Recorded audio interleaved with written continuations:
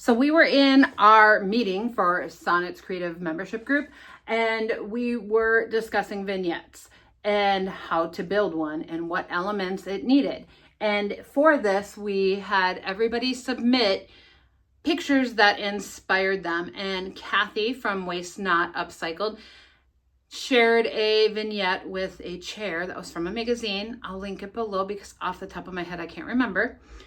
And we decided it would be super fun if we all took that picture as inspiration with permission from the magazine and created our own chair vignettes. So that's what today's video is. I'm gonna walk through the process of it and kind of share my thoughts and ideas and make over some items for it. And who knows, stay tuned to find out how I did. So this is the chair that I finished not too long ago. I put some links in. Ooh, don't mind the cardstock there. I dropped that.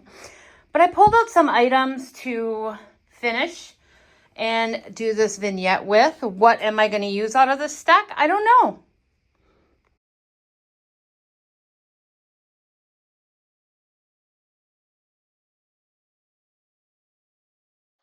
I'll link the video below where I originally painted this chair. I am using Sweet Pickins milk paint in Red Wagon.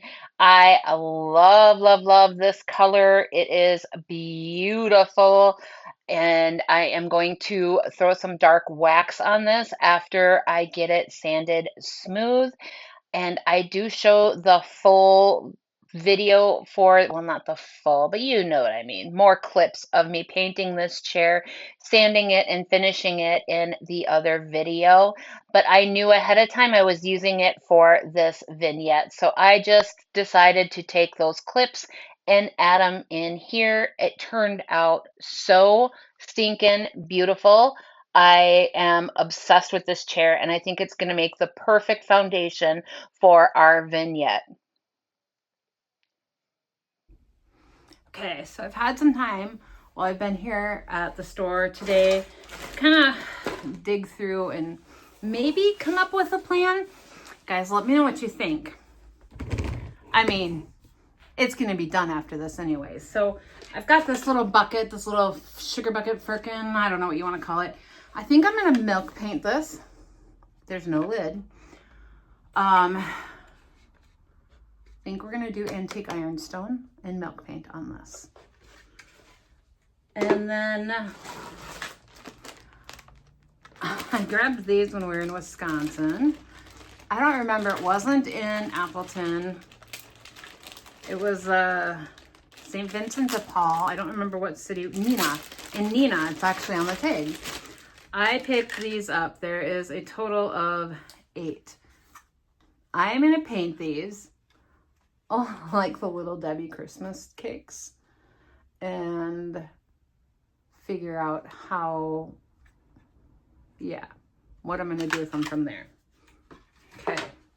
We're going to use this. I'm going to put a transfer here and then keep this little half round in here because I really like it. And then this will go on the chair. And then I think I'm going to do a book stack and top it off with this beautiful little red vintage Bible. I think I'm going to use 2 of, not the mug and not the little bowl. I just decided that I like the color of the 2 pictures a little bit better. So we're going to do these on here. I'm going to do something with these vintage bells. There's 3 of them. And I'm going to somehow hang them up. I just haven't decided how. Not going to use those. I have some bingo cards. I think I'm going to upcycle one of these to put it on a flower frog and put it in the here. I was going to somehow hang this little basket, but I think with the firkin, I'll have enough of that wood in my vignette besides the chair to make it look cohesive. And then I've got some doilies. I will probably use some of those. I had gotten out these 2 jars because I really like painting this style and then distressing back the hobnail and then using them as vases, but these would be perfect for some bottle brush trees. But I think I'm not sure I'm going to use them in this vignette. And then I have this, which would be a super easy upcycle, whether I painted it and did a transfer or just did a transfer or did a mold. Maybe a mold would be really cute on here. And then somehow worked that into it. So we've got our wood. We'll have a book stack. We'll have the greenery. And then I think I'm going to use both of the garlands that are back there. Both of them. Both the pitberry and the snowflake mushroom. And then we'll add a book stack in here. I don't know, you guys. I think that's my plan. Let's start painting. I decided to first take this cute little sifter and add on a vintage Santa. If you ask my children, I love my vintage Santas and I will put them on everything in my home. So we are going to use this guy, and I cut a slit in it so that it can go over the handle, and then I slide it all the way down and then smooth out that little center part first. Because this has ridges, I need to really not push anything down until I'm positive it's going to lay flat there. And then I just work my way up and then I work my way back down to make sure that we get all those ridges and it's nice and smooth. I am going to distress this though too. Once we're done, we're going to distress it just a little bit with some really worn 220 grit sandpaper to make it look like it's been on here just as long as the rust has. And then I'm going to take my liquid patina and go over the whole piece and seal in the rust and my transfer. And it's going to make this just look beautifully aged and patinaed. And while we're doing that, my name is Sandra. I'm the owner creator here at Midwest Charm. I specialize in repurpose, upcycle, vintage home decor and furniture, as well as all your DIY crafty needs. I sell DIY paint, Sweet Pickins milk paint, Iron Orchid designs, Roy Cycled treasures, Connie lines and designs, and more. And you can shop in person in Hinckley, Minnesota, or you can hit us up online, www.midwestcharm.co, and on all of our social medias. I am also linking below the playlist for this collab. It is an amazing group of creatives, and I am so excited to sit down and watch these myself. I waited to even start them until I have finished mine, which is going up like a day later than I wanted it to. But man, life has been crazy here, y'all. So you can see I just really take my time on this and make sure that I am getting this over all those ridges and going nice and slow. It lines up perfectly underneath that handle and looks seamless. You wouldn't even know that I originally cut this.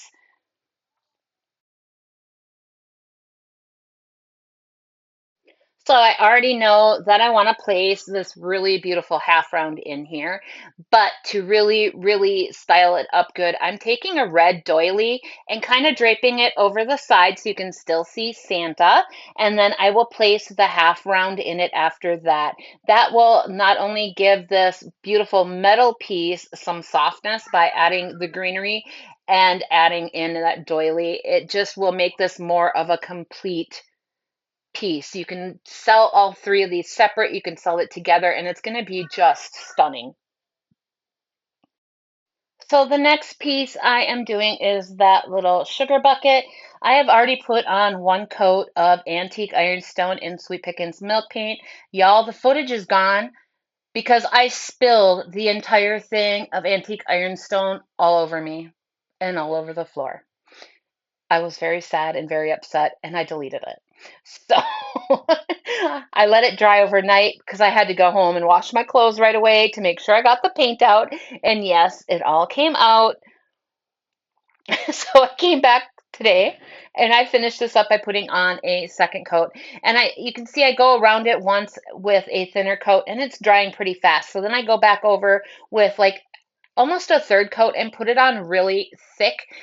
Not necessarily because it needed the coverage, because you can see it's got amazing coverage, but more because I really wanted this to chip and crackle. So when I am done adding this layer, I take it over to my heat gun and I zapped it and dried it and it crackled and it chipped.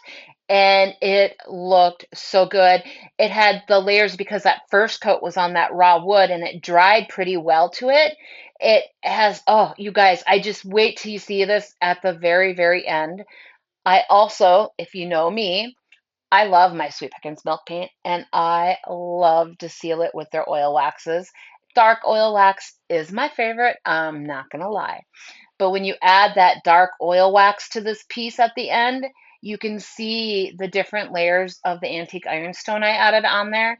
And you can see the crackle and obviously where the chips are. It is stunning. I was showing it to Katie and she's like, wait, you did that?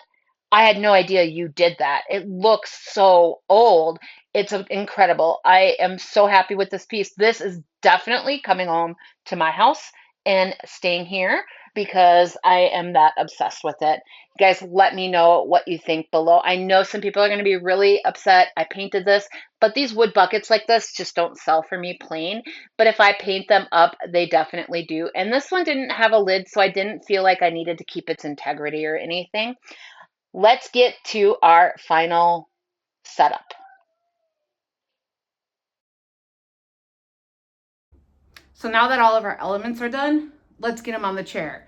I have thrown a cute little holiday throw over the chair, and I did use both of the garlands back there. I really did like the mix of the snowflakes and the berries were just too bare. So I did use them both. So let's just start adding our elements and see what we can do.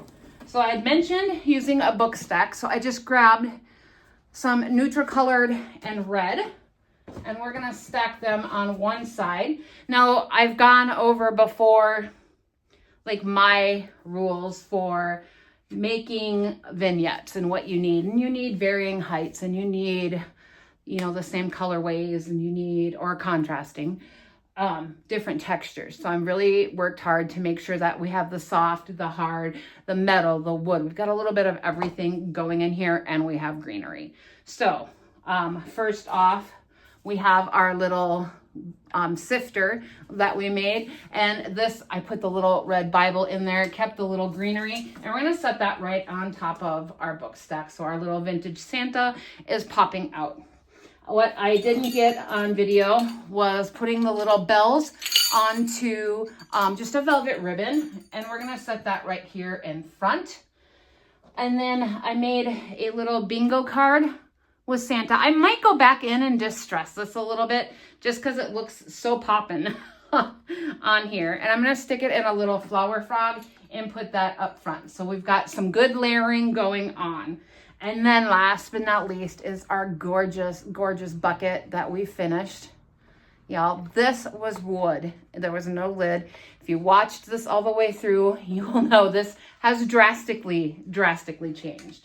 And we're gonna set that to this side. I might need to finagle some of this more blanket out so that it sits nice and flat. I put a little doily in there just to soften it up. I am gonna put a Christmas tree in there, but I already know that my Christmas tree, the pot it's in, is kind of short. So I'm just using some wax melts to pop in there to give it some height. And we're gonna add our cute little tree. The one I wanted to use is still at home, so I need to bring that one in. And then fluff that up, and I think we are good to go. Let me get you guys some final pictures, and let me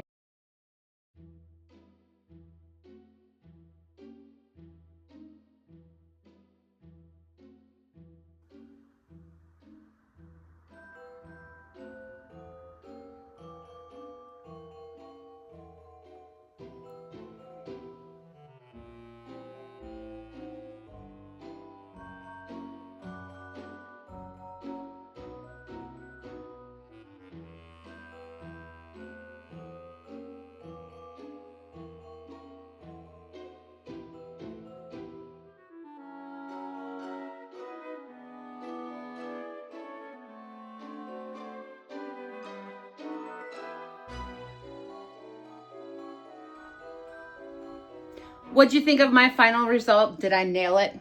I love it so much. It might have to come home and spend the holidays at my house and not here in the store.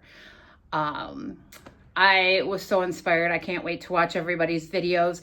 There is a playlist. Make sure you're clicking on that and following along on everybody's journey on upcycling and doing this chair vignette. And we'll see you guys all next time.